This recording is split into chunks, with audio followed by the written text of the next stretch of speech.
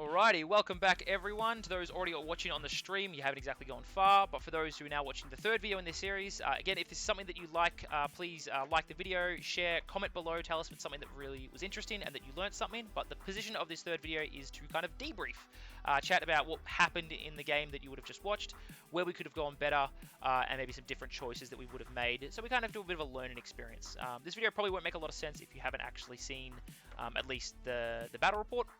So please do check that out. It'll be up on the same day as this. We've also done the first part in this series, which was kind of not a breakdown, but a break up almost of of what our strategy was moving into this game with our particular 10 characters. So look, congratulations, Bill. First off, for winning. Good stuff, buddy. Thank you very much. Thank you. Yes, had to happen eventually. Yeah. Look, you're not wrong. I think. Maybe I shouldn't have gone for a big hitting team to go for, because Incinerate maybe makes some medium hitting teams significantly stronger, just because by the nature of it. But I also think there's a little bit of results-based thinking involved here, because you did one-shot Baron Zemo and one-shot Valkyrie. Yes, yeah, so. Absolutely. My first note was going to be that while I definitely had some moments where I was troughing, there were many peaks. There were many peaks that definitely contributed towards this game. I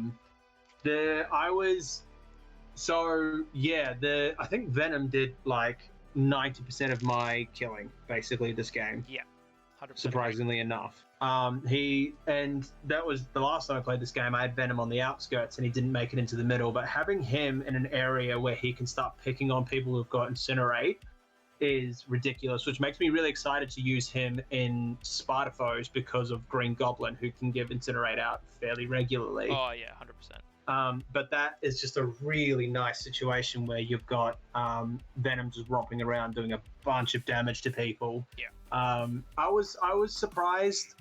I was surprised. Yeah, MODOK did work, absolutely. He took I think he did most of the killing in your team. Yeah, he did what MODOK did, but unfortunately with MODOK, you can't necessarily just throw him into teams. You've really got to isolate and pick him up. But obviously I had him down the middle to pick up some hammers and move forward.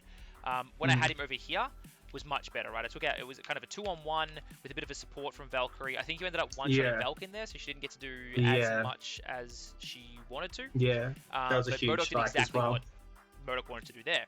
Then when he came kind of back into the middle, into kind of this section, suddenly you've got the rest of the team being able to wail on him, things like Venom, things like Doctor Strange, that suddenly he's gone from a 2-on-1 into another almost 2-on-1, and you want to go from a 2-on-1 into just standing at a distance and maybe picking some people off himself, because as you saw, he was definitely a lot weaker on the flip side, and as soon as he flips, a lot worse, because as soon as he flips, definitely not been able to nowhere near as defensive, right? Drops down to 4 health, loses the wilds on defense and things like that as well. Yeah, that's what I was thinking about, because I saw him, he had taken quite a bit of damage, and I'm like, oh, if I could just get Venom over there, do the Doomed Prophecy and get some extra dice, and flip him onto his other side, it's not going to take me very long to get the other side down. Yeah. Unfortunately, he did get off that Doomsday chair, which did some absolute work. But the interesting part, I think, that came into this game quite a lot was the support from Red Skull into MODOK didn't happen as much this game because of Doctor Strange and shutting down Red Skull. Yeah, I didn't get to get Cosmic Invigoration off. That turn that I get to Cosmic Invigoration, Red Skull potential. Well, as we saw, kind of like the game plan there was MODOK then takes on Spidey and completely dazes him as well. I think I dazed them both in the one turn. I can't quite remember. Yeah, I think you did too. But he potentially gets to turn around, because I think he killed Ghost Spider and dazed Spider-Man, and then he can turn around and definitely hit the extra 4 damage needed on Doctor Strange, and then maybe push off onto some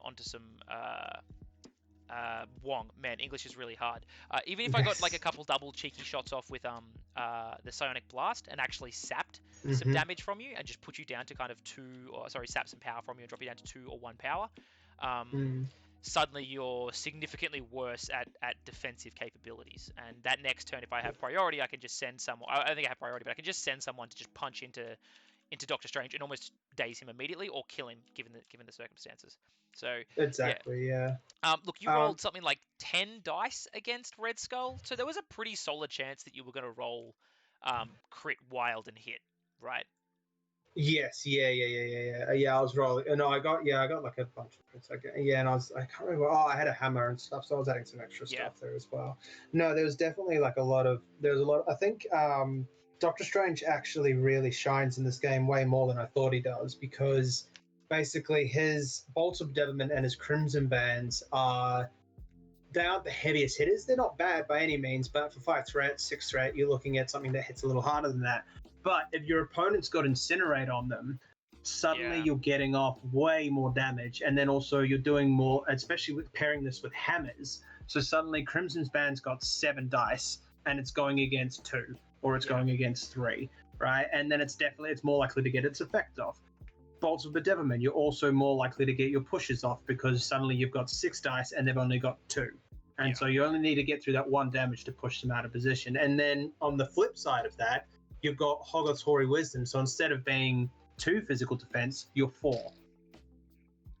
And so it's like this nice balance of like being able to defend yourself and the other people who are looking after the objective, versus being able to actually get some really debuff negative effects on your opponent, to actually help you push through the game a lot quicker and actually end up doing some dazing at some point, which isn't really Doctor Strange's primary role. But the more I play him, packs a bit of a punch, 100%. If you can get the and even like Crimson Bands, it's 6 dice. Say you have a hammer, or they have 1 less defense, right? 6 against 2 is still going to be 2, potentially 3 hits.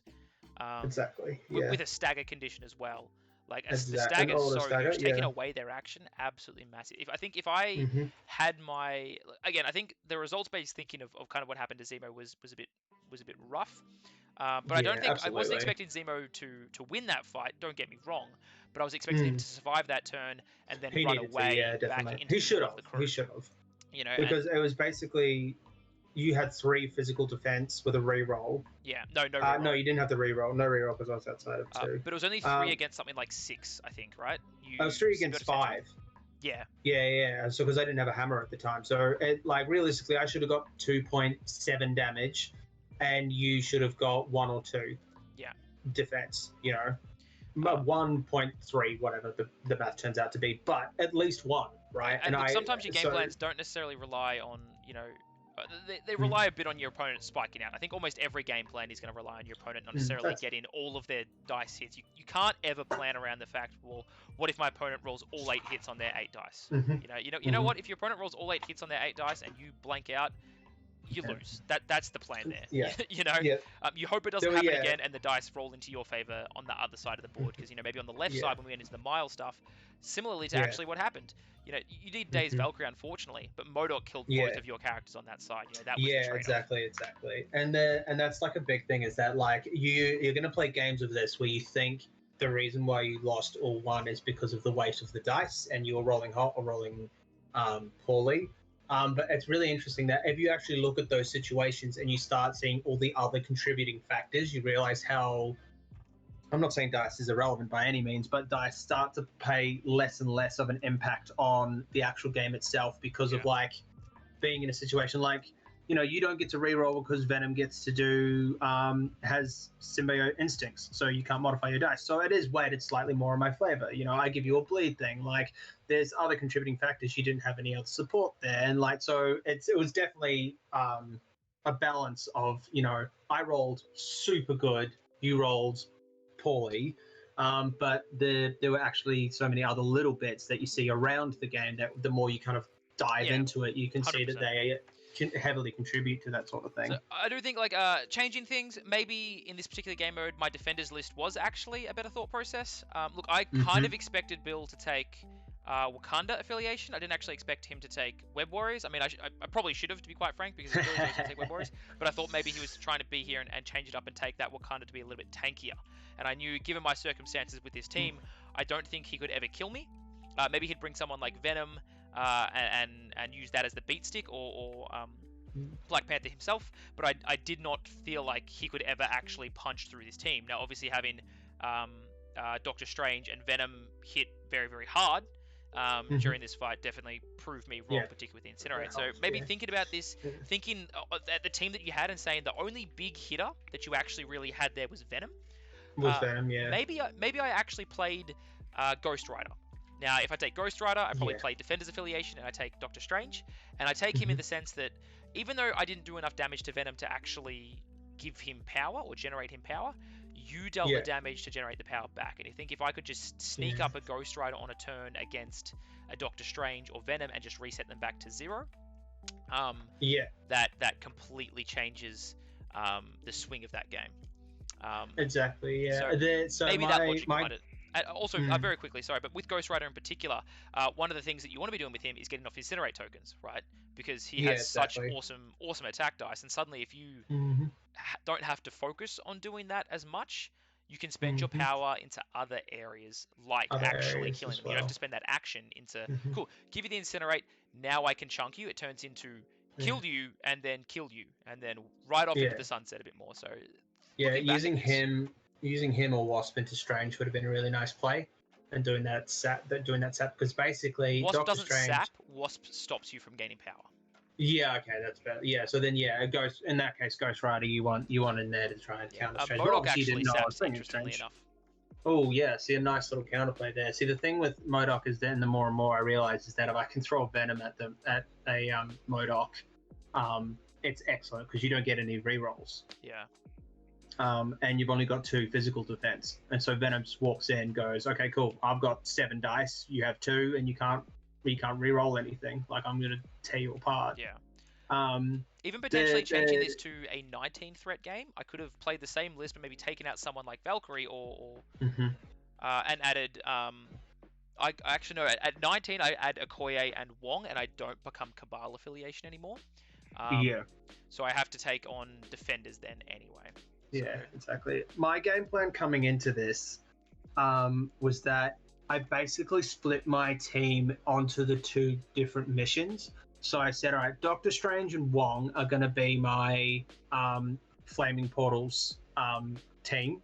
Yep. I'm going to put Wong on this back point, and he's going to get bonus defense from Strange. And then I'm going to put Strange on this middle point, and he's going to gain a bunch of power from everyone using their superpowers. And then he's going to hopefully be able to tank it because him and Wong are going to be able to heal each other, and they're going to be able to add 2 dice and stuff like that. And then I'm like, okay, cool. Then we get Venom, Ghost Spider, and Spider-Man to do hammers, and they're going to go around and they're going to like pull people in. Spider-Man can make him drop by doing Venom Blast. Ghost Spider can keep him sort of safe with Lifesaver, and also has long movement, so she can get around to where she needs to be. Yeah. Venom hits like an absolute truck and can kind of be quite survivable because he's got 7 and 6 health, and he can heal himself back up. So I kind of divvied my team up to focus on each thing, and then kind of supported each other as it was needed. So like obviously getting Venom in to support Wong and doing the lethal protector and stuff like that. So it was kind of dividing and conquering and seeing if I could definitely see the strength in that, and that's kind of why I put the long movement on the side with Baron Zemo, right? My intention was we kind of saw very much at the start was supposed to actually pick up that hammer and run away. He was never meant to actually sit there and fight Venom, because I know for a fact he loses that fight. There's no way that you can get through enough damage where Venom doesn't get a symbiotic tendrils or We Are Venom We Are Venom and so many snacks you back, and you're just never going to kill him, right? So my game plan was, right, cool, if I drag Venom into the middle of the fight, after taking that hammer, suddenly I've got the objective points here, and we're going to brawl for a couple of turns, dazing each other, picking up hammers, etc, etc. If I can just drag Venom away for a couple turns, take the 3 damage on Baron Zemo, whatever, and then just move Baron Zemo in next turn, or even if Venom has to attack Baron Zemo and daze him that next turn, then Venom's still out on this wing by himself forever, not doing that. In those 2 turns or 3 turns it takes Venom to kind of do his business and come back into the middle, MODOK then gets to flip onto the left side, take out the Spideys, daze him, kill him. And again, I'm doing this 1 for 2 trade, where MODOK kills 2, you kill Zemo, but I'm theoretically ahead on characters, though our victory points are still the same, and then MODOK can just mosey his way back into the middle with like a Valkyrie and just start punching phase. I think maybe Wasp was a bit of an incorrect choice here. I think she was going to be fine, but maybe I just didn't use her very well this game. I think maybe I could have used her better. I didn't feel like she had a Yeah. huge impact, but I definitely felt like she was doing some She smaller did. She targets. definitely did some damage and stuff like that. I think she definitely does have a place. I'm still trying to figure it out. I really like 'Cause her like with Ghost Rider. I found out I really like the yeah, fact of like they try so hard to generate power, and then Ghost Rider yeah, just takes it away, and you can see takes it away. particular characters like so desperate to try and get that power, like a Thor. Hmm. So good against a Yeah, Thor. Even Venom, I should have kind of again sent Ghost Rider or something after Venom, where yeah, I just stay outside your range, so you're always forced to move and yeah. attack, not attack and attack. I think where she shines is actually quite similar to Ghost Rider, where because she's got such incredible movement with like all of her movement abilities and the transforming and stuff like that. Yeah. I reckon she wants to go out and she wants to pick off weaker characters. So you throw her Yeah. at Ghost Spider or you throw her at Wong because she hits way above her 3 threat, and because those guys don't have defensive tech by any means. Like obviously Wong can, if he's close to range, can get some extra stuff, but especially Ghost Spider with only 1 reroll and 5 health, and you're dishing out heaps of damage with your Wasp's Yeah. Fury, and you're doing Smackdown, and like suddenly you're picking off these weaker characters and disabling them that way. Yeah. And also I think taking advantage of the fact that you can't pick up things, but you can contest objectives. Yeah. So it's like you've got mad movement. I think like doing an E deployment maybe isn't the best for her, but if you've got a split up of secures that are like doing this, right? You got I can't remember I think it's E. Yeah. The same as Serum Canisters, where you got it in the 4 corners. You could easily get a Wasp from here to here, right? If you did Long a movement cheeky into enough an moves. attack. You have long Into a movement to like transform. here, into a bit of a transform, Yeah. into a punch, which puts you Yeah.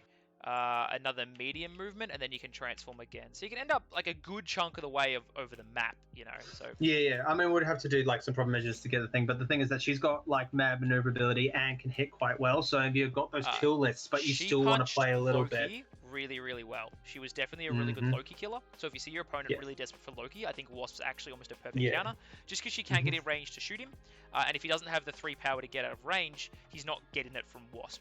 So she could spend Yeah. 2 turns, like maybe end turn punch Loki, he doesn't have the energy to the power to move away, Mhm. and then start turn punch Loki, daze him. Absolutely, so really yeah. interesting like that. But no, look, that was a really good game. I really enjoyed it. It was a lot of peaks and trials which will happen in the game, but it was a lot of tense moments, man. Where like happens a lot with hammers that you often get 3 or 4 hammers on one person, and then suddenly it becomes this crazy 12 like dice seesaw attack back type and thing, forth. Like you're getting mad attacks, but then everyone's going for that character because they've got 3 victory points on them. 100%. And so it's very interesting. But no, really good game, man. Thank you very much for throwing down. Look, thank you for that one, Bill. As always, I'm sure I'll see you next Wednesday because it's certainly Marvel will. Wednesday with William. And I will definitely catch you all next time. Thank you all for paying attention. Again, throw a like in the comments. Tell us if this is what you kind of like. To us talking about the breakdown and kind of like re-emerging at the start. If it's something that you're really, really keen on, we'll definitely continue them. But otherwise, look, we're happy to just do battle reports every week and then just chat other stuff as well. There's plenty of things that we're definitely going to be chatting. I've done a bunch of videos on. We had Bullseye come out. We had the Angela and Enchantress release, which, my God, I'm very impressed by those characters. There's some crazy stuff happening. Yeah. Interesting leaks going on there. Yeah, but definitely more things coming out, definitely more stuff getting released, and definitely more videos coming from me. So thank you all. Thank you as well, Bill. Good game, buddy. No problem, man. Yeah, thank you. Yeah, handshake in the middle. Handshake in the middle. Yeah. And I'll catch you next week. I'm going to throw you on to Ali. She's going to tell you how you can check out all our different social medias, as well as generalgames.com.au, where you can pre-order all of your Marvel Crisis Protocol goodness. But until next time, I love you all. Stay safe. See you all. Peace. Hey guys, it's Ellie. If you like that video, make sure you hit that like button and subscribe for more interesting content. You can also follow us on Facebook for more information and events. Likewise, follow us on Instagram for those behind the scenes photos and videos. See ya!